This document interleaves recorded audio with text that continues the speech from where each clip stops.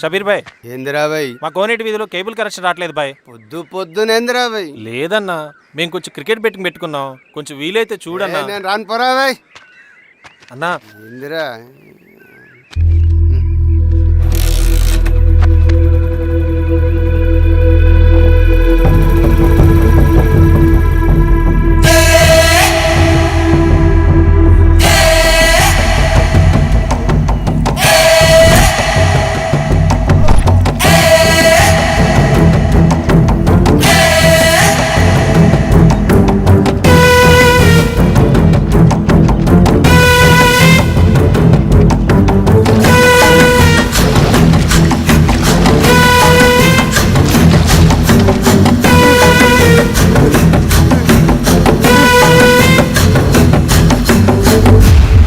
Comrades,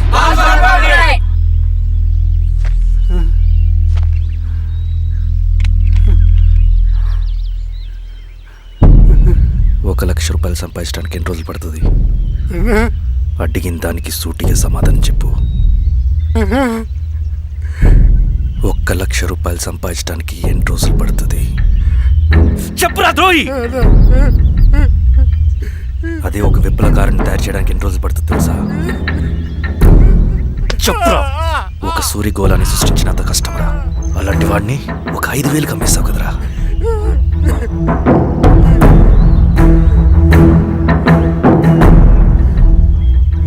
వీడు చేసిన తప్పుకి ఏంటి దండన?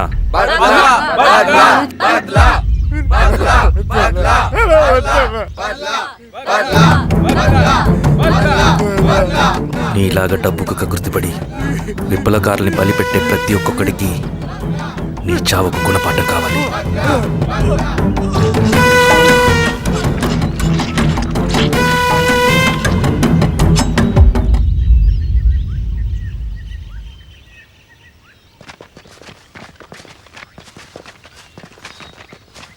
త్యాగి స్థానంలో మరొక వ్యక్తిని రిక్రూట్ చేయమని సెంట్రల్ కమిటీ నుంచి మెసేజ్ వచ్చింది. ఆ వ్యక్తే మన కళ్ళు చెవులు. తగిన వ్యక్తిని రిక్రూట్ చేయాలి. అలాగే కామ్రేడ్. లాల్ సలాం.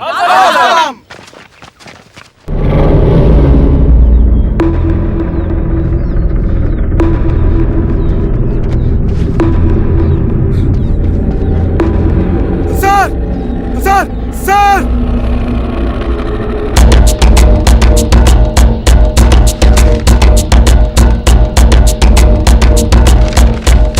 హెచ్చరిక.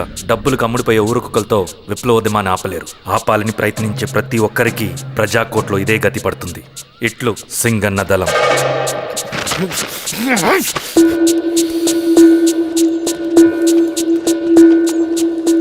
అయ్యా, మీకోసం చెన్నారెడ్డి గారు శేషారెడ్డి గారు వచ్చారండి. కూర్చోమని చెప్పు. సరే అండి.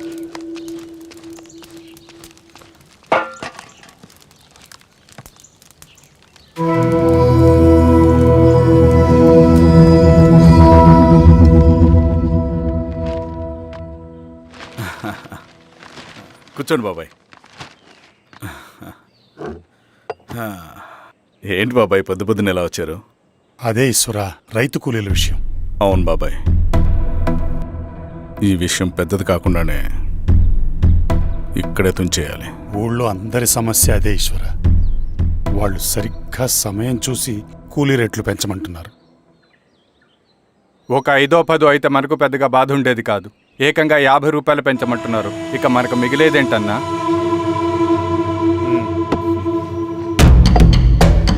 చెరువులోకి నీళ్ళొచ్చేసరికి జలగలకి బలం పెరుగుతుందంట.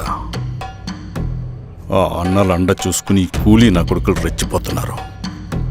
అలా కొనసాగడానికి వీల్లేదు. ఒక గంటకి మీరందరూ పోలీస్ స్టేషన్కి రండి.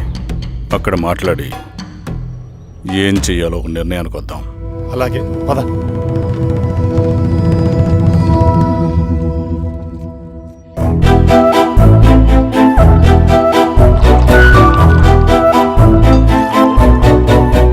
బాబు సార్, స్టేషన్కి ఓ 10 టీలు త్వరగా పంపించు. Okay sir. Okay sir.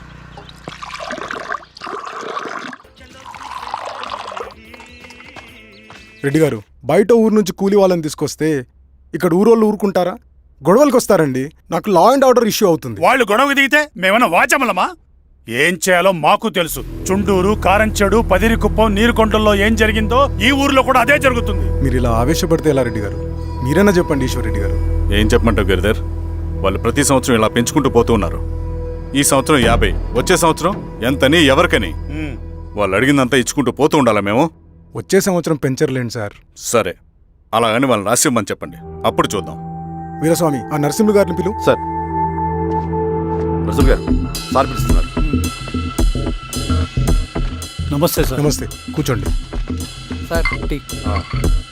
నమస్కారం. నమస్తే సార్ టీ. అందరికీ ఇవ్వు.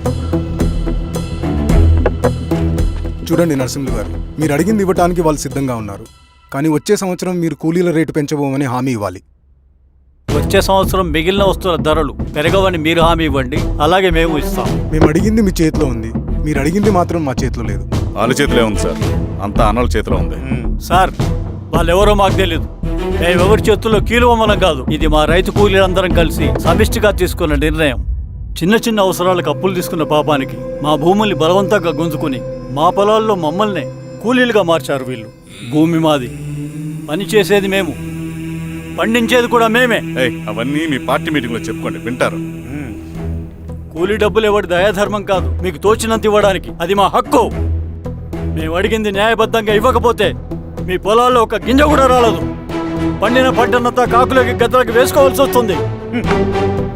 ఇక దీని మీద చర్చ అనవసరం. వస్తాం. నరసింహులు గారు కొంచెం ఆగండి సార్. మీరైనా కొంచెం చెప్పండి సార్. కొవ్వెక్కిన ఎండ్రకాయ కన్నంలో ఇరుక్కుందంట.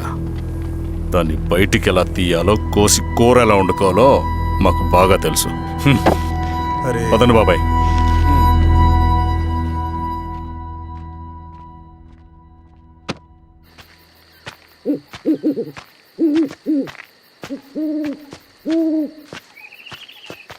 లాల్ సలాం కామ్రేడ్. లాల్ సలాం. ఇంత పొద్దున లేచారంటన్నా? విప్లవకారుల జీవితాలు ఇంతే కదా రవి. 15 ఏళ్ళుగా ఇదే జీవితమే కదా బతుకుతున్నాను.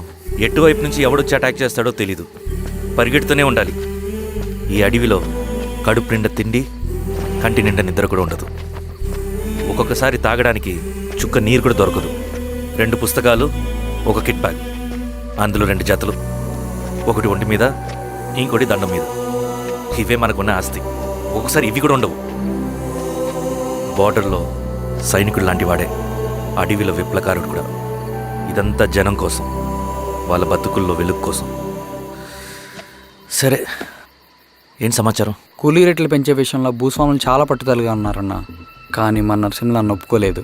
మీటింగ్ అయ్యాక వెళ్తూ కోపంగా ఏదో మాట్లాడారన్నా. నాకెందుకు అనుమానంగా ఉంది. కీడు తలపెడితే ఎక్కువ నష్టం వాళ్ళకే రవి. కానీ మధ్యలో రైతు కూలీల పరిస్థితి ఏమైపోతుందని ఆందోళనగా ఉందన్నా. చదరంగంలో నిలబడ్డాక చావుకి వెరవకూడదు రవి. ఇన్నాళ్ళు వాళ్ళు ఇచ్చిన పావలాకి 10 పైసలకి కూలి చేశారు. వాళ్ళ జీవితాలు బాగుపడాలంటే మనం ఎత్తిన పిడికిని దించకూడదు. సరే అన్నా. స్వామి, ఎలా ఉన్నారు ఊళ్ళో అందరూ? అందరూ బాగున్నారమ్మా. కోతలు కొయ్యలేదేంటి? ఊళ్ళో కూలి రేట్ల కోసం గొడవ నడుస్తూనే ఉందమ్మా. అడిగినంత ఇవ్వాల్సిందేనని కూలీలు, నచ్చినంత ఇస్తామని రైతులు. ఎవరు రేటు తేగట్లేదమ్మా. ఈ ఇష్యూలో అన్నలు ఇన్వాల్వ్ అయ్యారా? వాళ్ళు వెనక లేకుంటే ఈ కూలి చేసుకునే వాళ్ళకి ఎక్కడి నుంచి వచ్చినాయి అమ్మా ఎన్ని గుండ్లు? ఇచ్చింది పుచ్చుకుంటమే తప్ప ఏనాడన్నా ఇంత కావాలని అడిగారు వీళ్ళు. పోనీలే, ఇన్నాళ్ళకైనా వాళ్ళకేం కావాలో నోరు తెరిచి అడగగలుగుతున్నారు. సంతోషమేగా. తీసుకుని మీదటైనా జాగ్రత్తగా ఉంటుంది.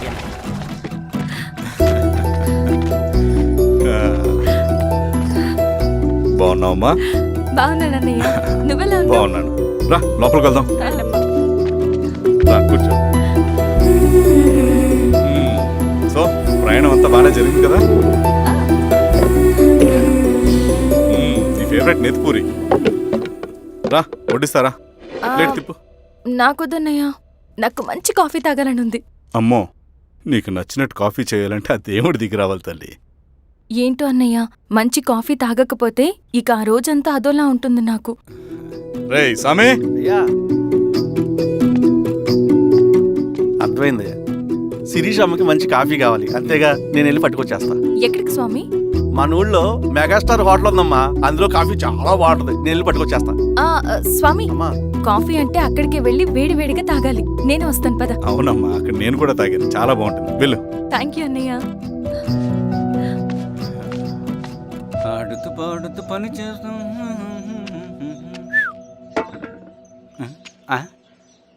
ఏంది మీ పిల్లగాడికా? అవును, ఒకసారి పెట్టుకొని చూస్తా. పెట్టుకో.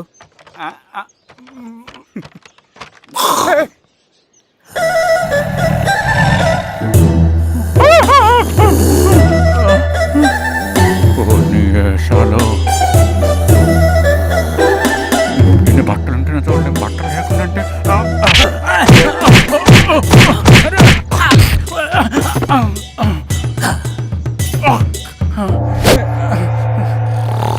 చంపేస్తా, నీకు దండ పెడతా.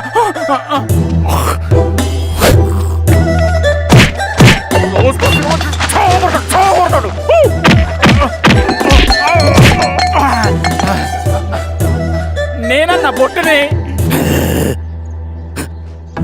ఏందన్నా నాకు చంపుతా ఏంది?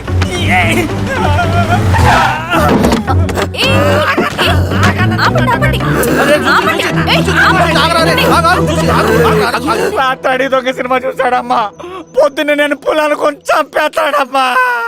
మేడం మంచి కాఫీ పెట్టు. ఎలా మేడమా? అయితే మేడంకి స్పెషల్ కాఫీయా? ఓకే. అమ్మా ఆడికి చిరంజీవి ఇచ్చి. పిచ్చా? కాదమ్మా, ఫ్యాను. రండమ్మా కాఫీ తాదు కానీ. కూర్చోండి అమ్మా. ఏంటి స్వామి ఇతను? చాలా మంచోడమ్మా, మెగాస్టార్ సినిమాలు చూసిన వాళ్ళు అయిపోతాడు.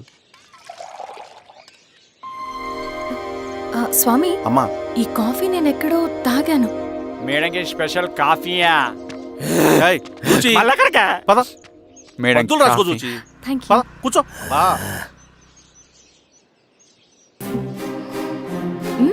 కాఫీ బాగుంది. ఎవరు చేశారు? మా రవణ పెట్టాడమ్మా. రవి? ఎవరు రమ్మను? రవణ మేడం పిలుస్తున్నారు.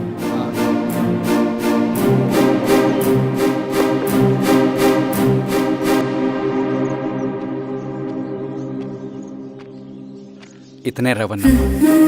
శిరీష మీరా? రవి నువ్వేంటి ఇక్కడ? కాఫీ బాగుందా? చాలా. అది కాదు రవి, నువ్వు ఇక్కడ. ఈ హోటల్ మనోల్దే. మన ఫ్రెండ్స్ అందరు బాగున్నారా? చాలా బాగున్నారు. అవును మీరేంటి ఇక్కడ? ఏమైంది అన్నా? అన్నా ఏమైందన్నా? అన్నా? లే అన్నా. స్వామి త్వరగా కారుతా. జాగ్రత్త అన్నా, త్వరగా పట్టి తీయనా. అన్నా త్వరగా పోనీ.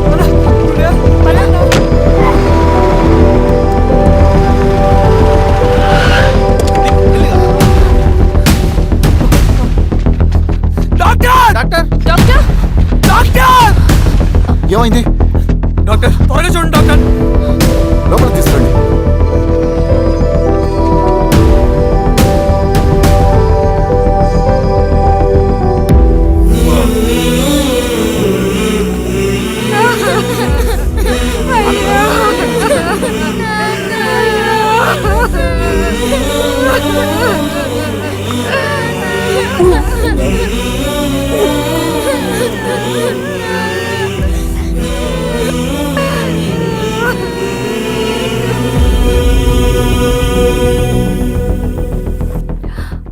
ఎలా ఉంది డాక్టర్? డాక్టర్ చనిపోయాడమ్మా.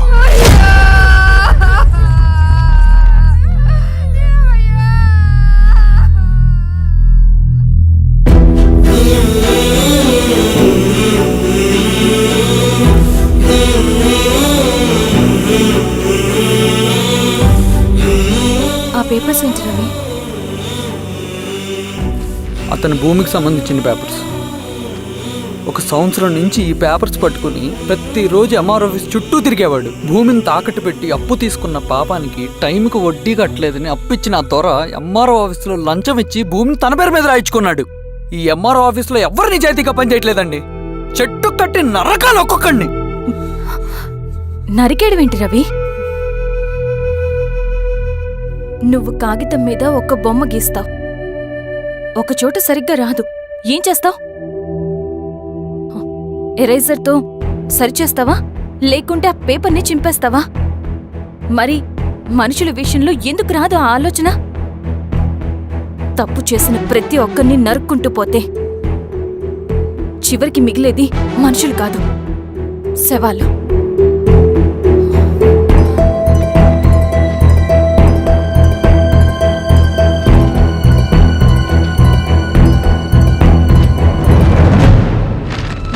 పద రవి.